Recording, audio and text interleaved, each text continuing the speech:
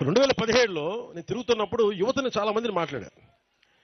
మనకి అరకు ఏఓబి బార్డర్లో కానీ మొత్తం అరకు ప్రాంతం అన్నింటిలో మాట్లాడితే అందరూ అడిగింది ఏంటంటే, ఎందుకు చేస్తున్నారు ఇవన్నీ అని అడిగా. అన్న, మాకు డబ్బులు సంపాదించిన వేరే మార్గాలు ఏమన్నాయి చెప్పన్నా మాకు. ఇది ఒక సామాజిక సమస్యగా చూడాలి దీన్ని. ఇప్పుడు మనం గ్రామ దేవతలకి మన నైవేద్యం పెడతాం. అదే పట్టణాల్లోనూ మైదాన ప్రాంతాల్లో ఏం చేస్తారు, గుడి ఉంటే పులిహోర చేసో చక్కెర పొంగల్ చేసో పెడతారు. ఇక్కడ మనం ఏం పెడతాం, కొర్రలతో పొంగల్ చేస్తాం. బియ్యం ఉన్న చోట మనం అన్నంతో పొంగల్ చేస్తాం. అలాగే ఇక్కడ ఆచార వ్యవహారాలు ఒక్కొక్క నేలకు ఒక్కొక్క సాంప్రదాయం ఉంటుంది.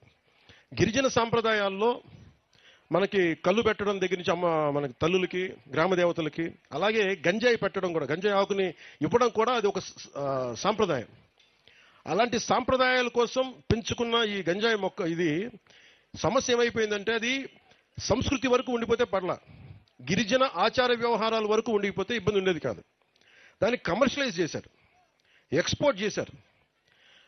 ఎకరాల్లో వేలాది హెక్టార్లు పండించడం స్టార్ట్ అయిపోయేటప్పటికీ ఆంధ్రప్రదేశ్ ఈ రోజున గంజాయికి నెంబర్ 1 క్యాపిటల్ అయిపోయింది.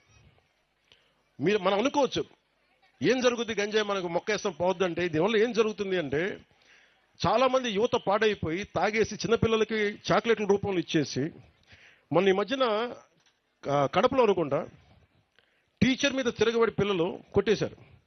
గుండెల మీద కొడితే చనిపోయారు. దానికి కూడా ఈ మొత్తం మంది ప్రభావం ఉందనేది పోలీసులు ఆ దిశగా కూడా ఆలోచిస్తున్నారు. అందుకని గంజాయి సాగుని మనం నిలువరించాలి. కానీ అలాగే నేను ఆలోచిస్తుంది ఏంటంటే, ముఖ్యమంత్రి గారి దృష్టి కూడా తీసుకెళ్ళి దీన్ని ఒక సామాజిక సమస్యగా కూడా చూడాలి. అందుకని టూరిజం మీకు మేజర్ మనీ అవుతుంది.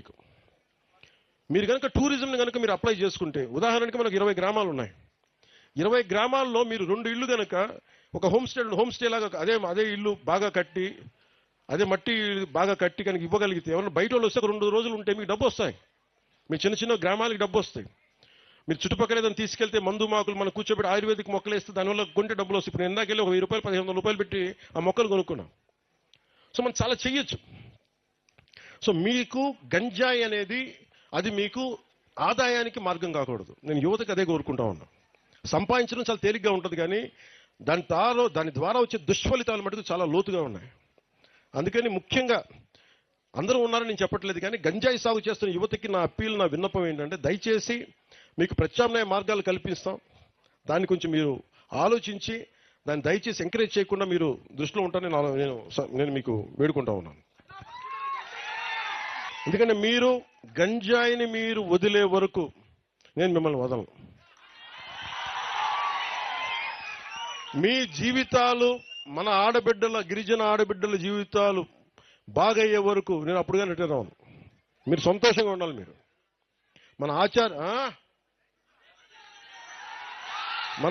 ఎందుకంటే నాకు గిరిజన ఆచార వ్యవహారాల మీద అపారమైన గౌరవం. నాకు